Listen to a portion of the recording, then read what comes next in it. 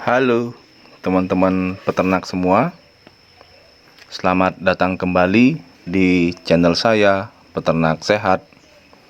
Di channel ini saya mau berbagi pengalaman seputar dunia ternak, khususnya ternak ayam kampung. Terima kasih buat teman-teman yang sudah mendukung channel saya, Peternak Sehat. Semoga teman-teman selalu dalam keadaan sehat, selalu dilancarkan rezekinya, selalu diberi kemudahan dalam menjalankan aktivitas, dan yang pasti buat teman-teman yang belum beternak semoga disegerakan, dan buat yang sudah beternak semoga lebih berkembang lagi. Amin ya teman-teman.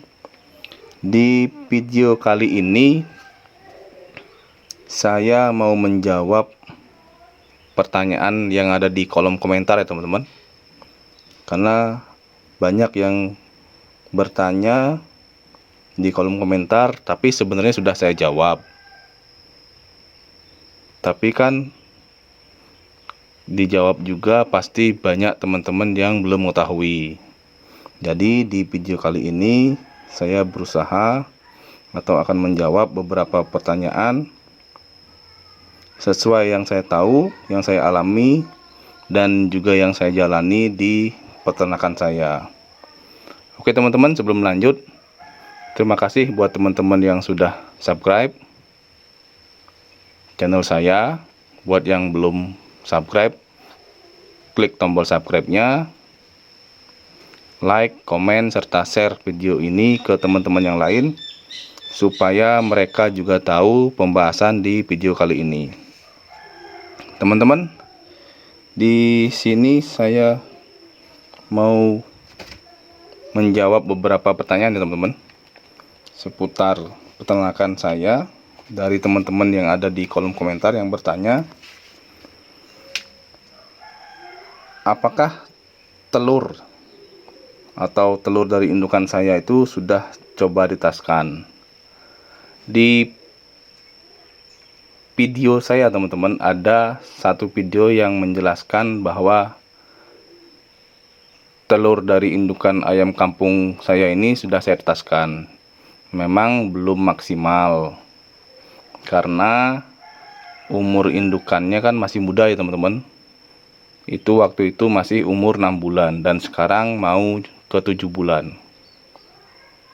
Dan di umur 7 bulan juga sudah saya buatkan video juga yang berisi tentang teman-teman, menetaskan telur ya dari indukan ayam kampung yang saya miliki di kandang koloni. Memang tidak banyak ya teman-teman, tidak banyak, itu hanya 50 butir ya teman-teman. Jadi 50 butir yang saya tetaskan sementara. Yang berikutnya teman-teman, komposisi. Ada teman-teman yang bertanya di kolom komentar komposisi pakan untuk ayam seperti apa. Di jumlah ayam saya teman-teman, ini kan jumlahnya sekarang plus jantannya atau paceknya adalah 9 kali 8 72 ekor ya teman-teman. Jadi saya berikan kurang lebih 6 kilo teman-teman, 6 sampai 7 kilo ya. Kalau kita lihat batas minimal teman-teman ya, itu kan 75 gram ya teman-teman, 75 gram per ekor atau 75 gram sampai dengan 150 gram per ekor, itu tergantung dari teman-teman. Nah, kalau pakan yang saya berikan itu adalah berupa jagung ya teman-teman, jagung giling, kemudian konsentrat, dan bekatul. Untuk komposisi ya silahkan teman-teman ya, beda peternak pasti beda pengalaman. Silahkan teman-teman meracik sendiri ya, formulasikan sendiri bagaimana formula yang pas untuk ayam teman-teman. Ada yang buat 50% banding 35 dan 15%. Jadi 50% itu adalah jagung giling, 35%-nya adalah konsentrat, dan 15% untuk bekatul. Itu kembali lagi ke teman-teman, bagaimana memformulasikan perbandingan pakannya. Nah, itu kembali ke selera teman-teman ya teman-teman, dengan melihat perkembangan ayam atau indukan ayam dalam bertelurnya. Kemudian ada juga lagi yang bertanya di kolom komentar, alas kandang menggunakan apa? Nah, di alas kandang ayam saya teman-teman, di kandang koloni ini saya menggunakan sekam padi ya teman-teman. Sekam padi saya campurkan dengan pasir, dan juga saya taburkan dengan dolomit. Ya, intinya di awal adalah tanah yang gembur ya teman-teman. Dasarnya adalah tanah yang gembur. Kemudian saya taburkan atau saya lapisi dengan pasir. Kemudian saya lapisi lagi dengan sekam padi ya teman-teman, yang kering ya teman-teman, sekam padi yang kering. Kemudian saya taburkan lagi dolomit ya teman-teman. Ya, tergantung teman-teman lagi ya. Silahkan, kalau untuk alas atau liter ini dari sekam ini, yang pasti harganya murah teman-teman ya, diantara dengan bahan yang lain. Kemudian bahannya mudah didapat, karena memang di lingkungan saya ada beberapa malah pabrik penggiling padi itu. Jadi bisa kita ambil, minta atau beli ya teman-teman. Kemudian bekas liter nantinya kalau yang skala besar bisa dijual juga teman-teman. Cuma kalau pakai sekam padi ini teman-teman, kita harus selalu memperhatikan teman-teman. Maksud saya adalah kalau teman-teman menaruh ya, atau menempatkan air minum di dalam kandang koloni yang dengan liter sekam ini, kalaupun sekamnya itu basah teman-teman, kena cipratan dari air minum ayam, teman-teman harus mengganti atau minimal menambah lagi teman-teman. Tambahkan lagi sekam padi supaya tidak basah, tidak lembab. Karena bila sekam padi itu basah teman-teman, dapat menimbulkan penyakit ngorok pada ayam teman-teman ya. Ayam itu mudah terserang penyakit. Nah, kemudian ada lagi di kolom pertanyaan bertanya, kenapa ayam DOC umur 50 hari, atau intinya ayam DOC lah teman-teman ya, ukurannya berbeda-beda. Kalau saya bilang teman-teman ya, kenapa ayam DOC itu pertumbuhannya berbeda-beda teman-teman ya? Kita bisa lihat dari ukuran kandang teman-teman ya. Ukuran kandang yang memang kita harus bisa melihat populasi dari ayam DOC kita. Nah, kemudian kandang yang luas ya teman-teman bisa menghambat pertumbuhan ayam, karena terlalu luas jadi ayam itu mudah bergerak bebas, sehingga energi ayam itu habis untuk beraktivitas. Berbeda dengan ukuran kandang yang sempit atau sesuai dengan standar ya teman-teman, maka ruang gerak bagi ayam pun terbatas, sehingga energi yang tersimpan fokus untuk masa pertumbuhan. Kalau menurut saya teman-teman, DOC itu kalau masih umur DOC ya teman-teman, umur 0 atau 1 hari sampai dengan umur 30 hari, itu per 1 meter perseginya bisa diisi 30 ekor ya teman-teman. 30 ekor per meter persegi. Itu untuk DOC. Kemudian kalau sudah umur 1 bulan sampai dengan panen, kalau teman-teman dari kandang box mau dipindahkan lagi ke kandang pembesaran misalnya, nah itu per meter perseginya antara 16 ya, 16 ekor sampai dengan 18 ekor per meter persegi. Jadi misalnya teman-teman punya kandang khusus DOC. DOC ukuran kandang misalnya 2x1, berarti bisa diisi 60 ekor ya teman-teman. Nah kemudian kalau sudah besar di umur 1 bulan sampai dengan mau panen misalnya teman-teman, itu per meter perseginya diisi 16 sampai 18 ekor yang nantinya bobot sampai panen diharapkan bisa mencapai antara 8 on 9 sampai dengan 1 kilo per ekor. Itu kandang teman-teman ya. Kemudian yang sangat menentukan lagi teman-teman, menentukan lagi pertumbuhan ayam itu adalah pemberian pakan yang sesuai dengan usia. Pakan untuk usia atau usia DOC itu berbeda-beda teman-teman ya.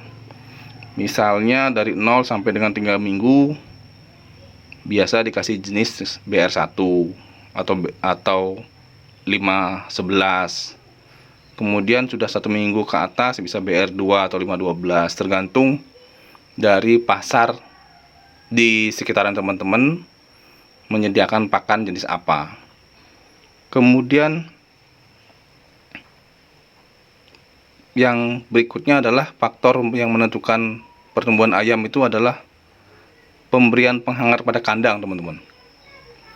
Kandang ini utamanya adalah waktu DOC ya teman-teman. Di kandang box itu sangat menentukan teman-teman. Jadi suhu kandang itu sangat menentukan dalam masa pertumbuhan ayam atau DOC. Suhu yang terlalu panas biasanya akan menyebabkan nafsu makan berkurang dan akan lebih banyak minum. Begitu juga suhu kurang sesuai dengan biasanya, ayam akan menimbulkan bulu atau menumbuhkan bulu yang tebal atau yang lebat. Jadi suhu yang dingin otomatis ayam makan itu hanya untuk menumbuhkan bulu, karena dia butuh kehangatan teman-teman. Dan yang pasti menurut saya teman-teman, kita harus bisa melihat berapa populasi ayam atau DOC sama tempat pakan teman-teman ya. Tempat pakan kan banyak macam ya teman-teman, ukurannya maksud saya. Jadi perhatikan tempat pakan dengan populasi ayam teman-teman. Jangan populasi ayam yang banyak tempat pakannya sedikit dan juga minumnya. Nah itu perhatikan teman-teman. Teman-teman bisa memperkirakan. Kemudian yang berikutnya ada lagi di kolom komentar bertanya ukuran dari kandang koloni saya ini teman-teman. Ukuran dari kandang koloni untuk indukan ayam petelur saya ini 2 meter kali 1,5 meter ya teman-teman, dan tinggi kurang lebih 180 sampai 2 meter lah teman-teman. Nah itu tergantung teman-teman juga ya. Ini hanya sebagai mungkin referensi ya teman-teman, dalam teman-teman yang mau memulai ternak ayam kampung petelur. Silahkan buat kandang tipe seperti apa dan juga ukurannya bagaimana, itu teman-teman sendiri yang bisa menentukan. Kemudian ada lagi, nah kembali lagi teman-teman, untuk ukuran kandang ini memang paling banyak ya menurut saya ditanyakan di kolom komentar, berapa sih ukuran kandang mas gitu kan. Ya itu teman-teman, kalau di kandang saya 2 kali 1,5 meter, dan kembali lagi itu tergantung dari teman-teman nantinya kalau mau beternak ayam. Silahkan sesuaikan dengan kebutuhan teman-teman. Dan ada lagi teman-teman yang bertanya di kolom komentar, umur calon indukan 4-5 bulan kok belum bertelur. Nah, kalau ini kenapa umur indukan umur 4-5 bulan belum bertelur? Yang pasti jenis ayamnya dulu, teman-teman. Ayam apa yang dipelihara. Kalau ayam kampung asli ya teman-teman, mungkin 7-8 bulan dia baru mulai belajar bertelur. Kemudian beda dengan kalau boleh saya sebut KUB atau mungkin ayam jenis lainnya. Yang saya tahu KUB atau yang pernah saya dengar juga ayam kampung Yudhistira ya. Nah, itu umur 4-5 bulan itu sudah mulai bertelur, teman-teman. Jadi tergantung teman-teman memelihara ayam jenis apa. Kalau jenis ayamnya yang saya tadi sebut adalah ayam kampung asli, teman-teman, jadi memang butuh proses atau butuh waktu, teman-teman. Butuh waktu yang agak lumayan lama ya, teman-teman. Karena memang ayam kampung asli itu setahu saya, pengalaman saya, 7-8 bulan baru bisa bertelur atau mulai bertelur. Itu yang pertama, jenisnya. Faktornya adalah jenis ayamnya. Yang ke berikutnya, teman-teman, kenapa ayam itu umur 4-5 bulan itu belum bertelur? Mungkin kualitas puletnya, teman-teman, atau kualitas DOC-nya, teman-teman. Nah, kualitas DOC-nya mungkin tidak kualitas baik ya, teman-teman. Jadi kualitas DOC itu sangat menentukan juga, teman-teman. Kemudian yang pasti bobotnya, teman-teman. Bobot ayam di bawah standar itu walaupun sudah umur ya, teman-teman, sudah umurnya bertelur, pasti ayam itu belum makan bertelur karena bobot untuk ayam bertelur itu ada standarnya, teman-teman. Kemudian yang pasti makannya, teman-teman ya. Apalagi teman-teman melihara dari DOC sampai dengan ayam itu bertelur. Nah, itu butuh proses, teman-teman. Jadi harus tepat pakan DOC-nya seperti apa, pakan pembesarannya seperti apa, dan sudah menjadi pulet atau siap indukan mudanya juga seperti apa. Teman-teman bisa lihat juga ya. Bisa baca-baca juga mungkin di Google atau mungkin lihat-lihat juga di video-video peternakan yang lain. Kemudian yang pasti kandang, teman-teman. Kandang yang nyaman. Ayam akan tumbuh dan berproduksi secara optimal jika dipelihara di kandang yang nyaman, supaya ayam itu tidak terlalu kena sinar matahari langsung, bisa mengakibatkan heat stress ya, teman-teman. Kemudian sirkulasi udara yang cukup. Jadi ayam itu nyaman dalam kandang. Nah, itulah teman-teman beberapa pertanyaan ya yang ada di kolom komentar yang bisa saya jawab dari pengalaman yang saya alami di kandang saya. Mungkin beda peternak, beda pengalaman ya, teman-teman. Silakan teman-teman ambil hikmahnya ya. Silakan ambil hikmahnya. Semoga bermanfaat di video kali ini. Terima kasih sudah menyimak video saya. Salam peternak sehat, ternak istimewa.